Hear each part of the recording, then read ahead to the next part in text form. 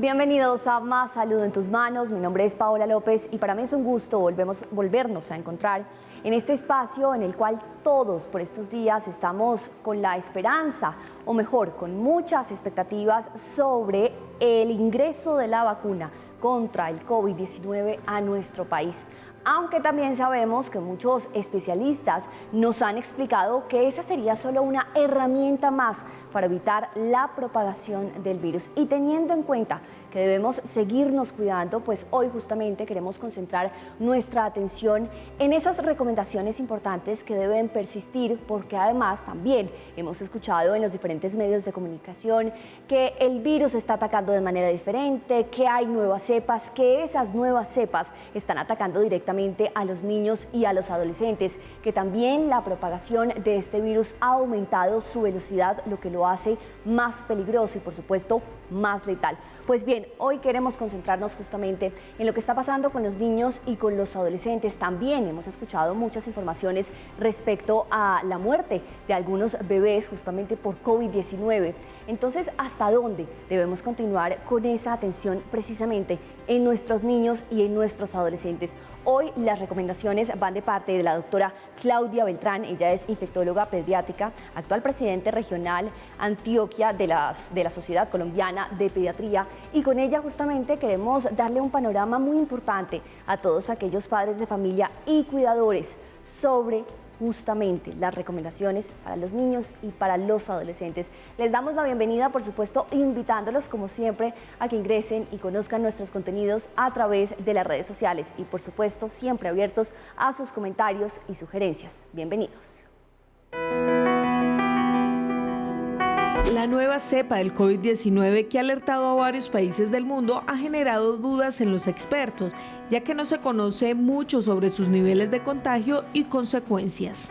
Inicialmente se dijo que la cepa B117, identificada en Inglaterra, afectaría más a los niños. Sin embargo, hace poco la Agencia de Salud Pública inglesa analizó los contagios entre contactos estrechos de casos positivos, concluyendo que la franja de edad donde el riesgo es más bajo es la de 0 a 9 años y la segunda de menor riesgo, la de 10 a 19 años.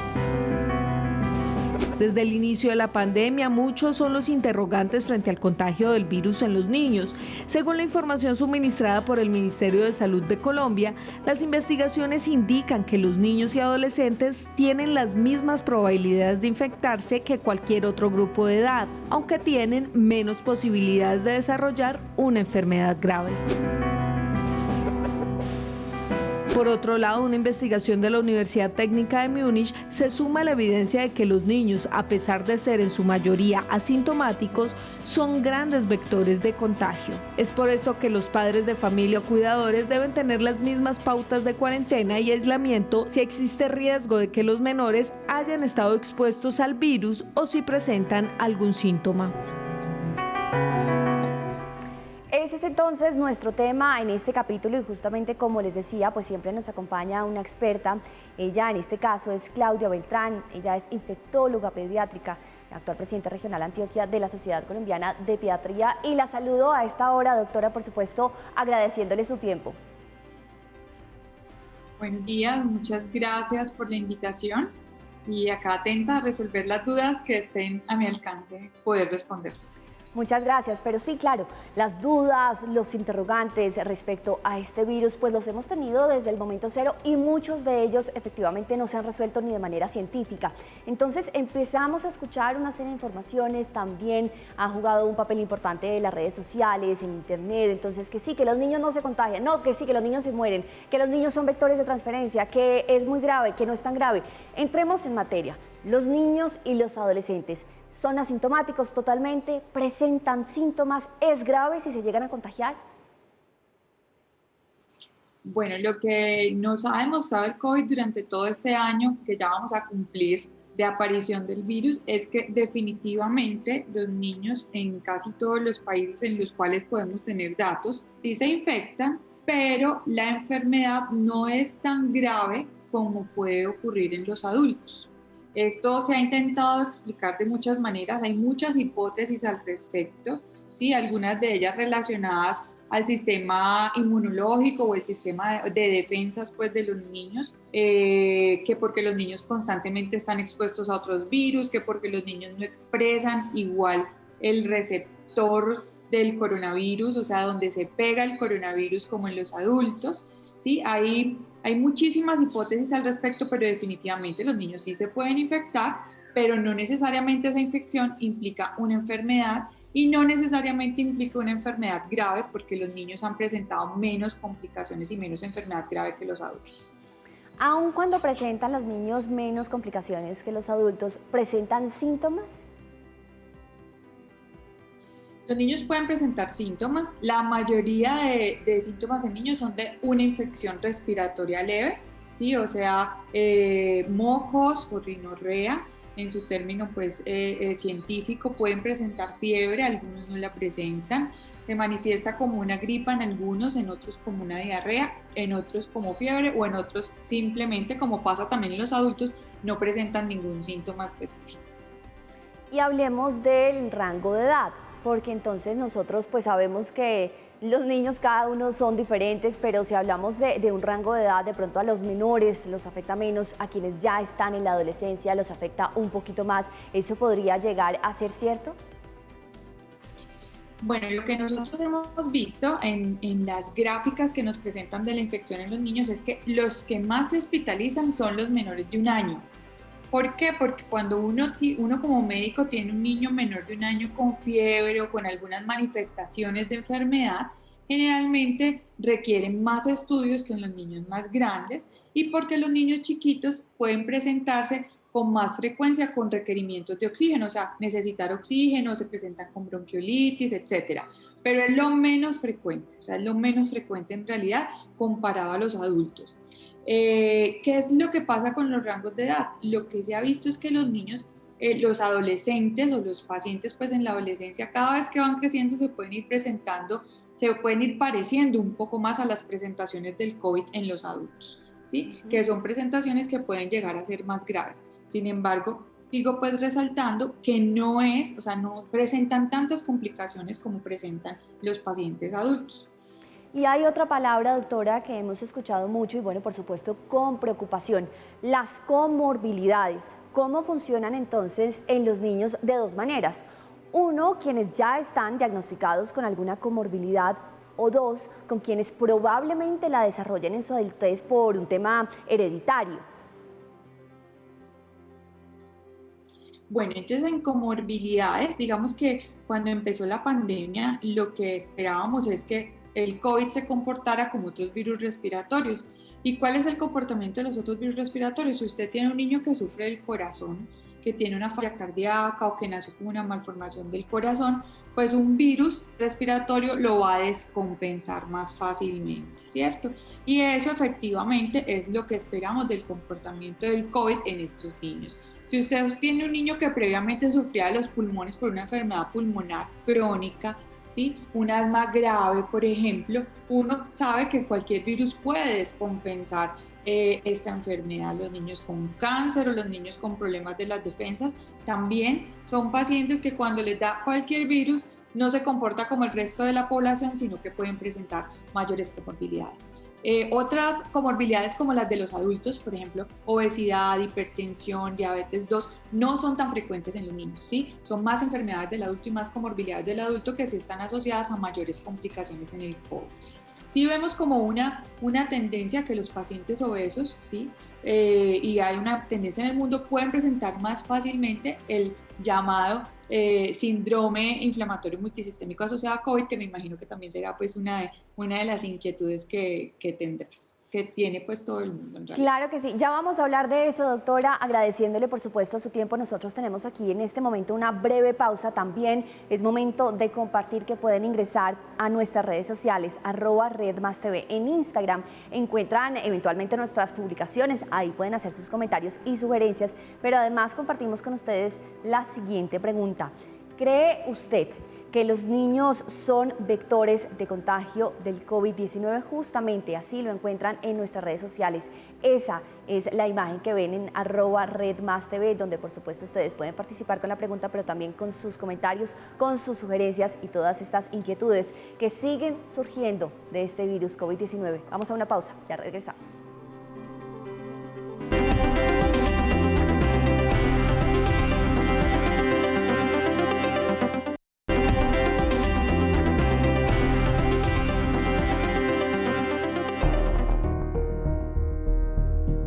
A pesar de que el coronavirus causa en su mayoría infecciones muy leves en los niños, hay algunos que han sido afectados de forma grave, incluso semanas después de haber contraído el COVID.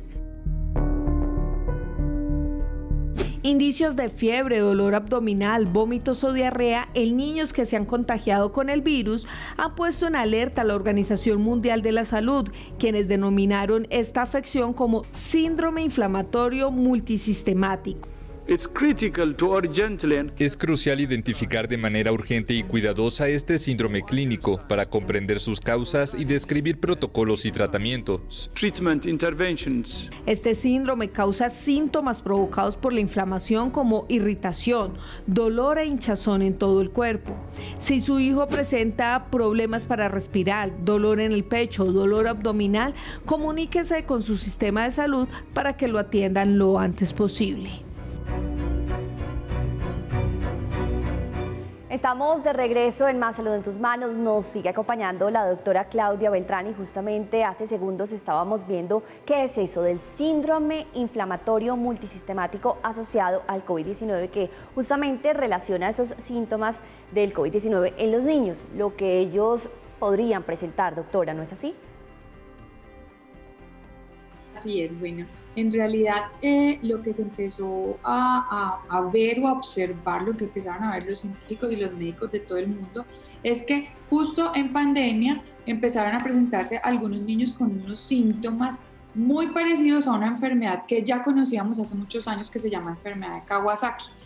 ¿Qué es lo que pasa en enfermedad de Kawasaki o en el síndrome inflamatorio multisistémico? Es que se inflama, hay una inflamación. Sí, cuando uno habla de inflamación es que todas las células van a los tejidos a responder a algo, ¿sí?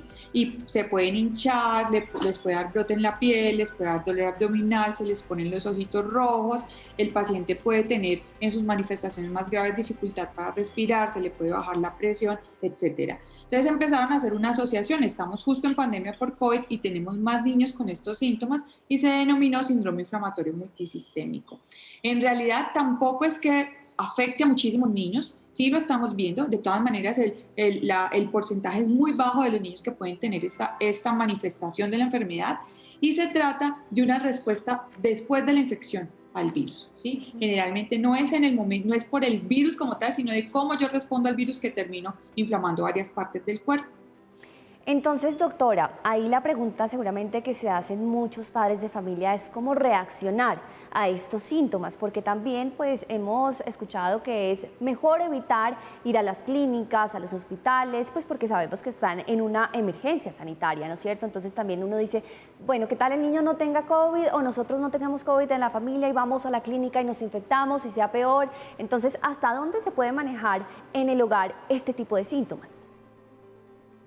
Bueno, no, definitivamente hay unos signos de alarma que te tienen que hacer consultar. Nosotros tenemos, no en todas partes del país, pues hay que decir que en realidad en el país el sistema de salud es variable, pero hay muchas clínicas en el país que tienen divisiones para atención de pacientes COVID o pacientes respiratorios y pacientes no COVID para poder brindar una atención segura.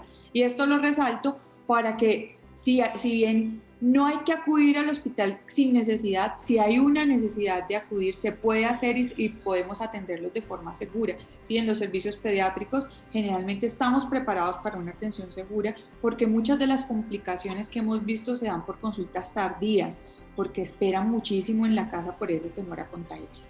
Hay que tener presentes los síntomas, ¿sí? Generalmente un niño con este síndrome tiene fiebre que no se le quita fácilmente, es un niño que le da brote como urticaria, como un brote de alergia, ¿sí? Puede tener dolor abdominal, puede tener diarrea, se le pueden poner los ojitos rojos, La lengua como una fresa también es uno de los síntomas que pueden presentar estos niños, y si usted ve que tiene estos síntomas, pues es mejor acudir para hacer una evaluación ya de pruebas, de exámenes, mirar el corazoncito, mirar cómo está pues el paciente para poder determinar un tratamiento. Entonces, con precaución sí es recomendable ir al médico cuando se trata de estos síntomas ya evidentes en el niño. Exacto, o sea, un niño que tiene fiebre, ¿sí? Ahorita hay muchos canales virtuales habilitados, pero si usted no tiene la posibilidad de una consulta virtual y usted ve que su niño tiene fiebre, está muy decaído, tiene brote o tiene alguno de estos síntomas que mencioné, es mejor que consulte para descartar que pueda tener la enfermedad. Pues, Hay una cosa que quiero aquí también, discúlpame, como una adición, y es que a veces los papás dicen, pero es que a él nunca le ha dado COVID, ¿sí? Muchas veces pasa desapercibido, o sea, tenemos pacientes que les da este síndrome inflamatorio multisistémico y a veces no sabemos cuándo fue que le dio COVID, porque pudo haber sido una infección muy leve. Ah, ok, entonces no necesariamente es que el niño en ese instante esté contagiado, pudo haber sucedido semanas antes. Exacto.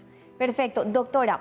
Tenemos aquí algunas respuestas que nos han dado a nuestra pregunta. Si cree usted que los niños son vectores de contagio del COVID-19, pues mucha gente muy presente, por ejemplo, Kit 6K, sí, pero puede ser una simple gripa sin mayores complicaciones, pero puede repercutir con secuelas fuertes.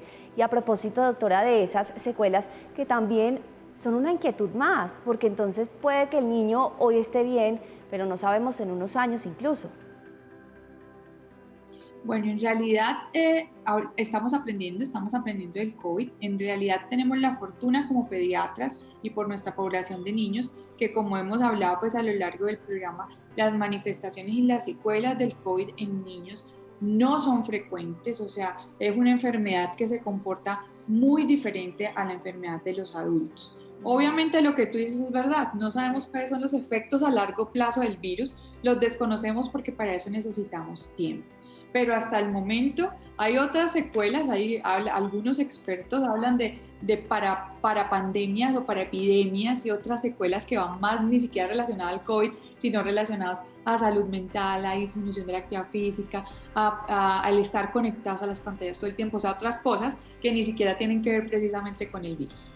Doctora Claudia, y respecto al tema de la salud mental, pues también en este espacio lo hemos tocado, y cuánto ha sido una preocupación, y va a serlo, para los niños, cuánto los ha afectado el tema de no poder estudiar, no poder relacionarse con sus amigos, un problema muy, muy duro que tendrá secuelas muy a largo plazo. Pues Claudia Beltrán es nuestra invitada, ella es infectóloga pediátrica, actual presidente regional Antioquia de la Sociedad Colombiana de Pediatría. Doctora, otra pausita chiquitica tenemos en este instante, pero en el siguiente bloque hablaremos de lo más importante, de las recomendaciones. ¿Los niños deben o no usar tapabocas? La respuesta después de la pausa.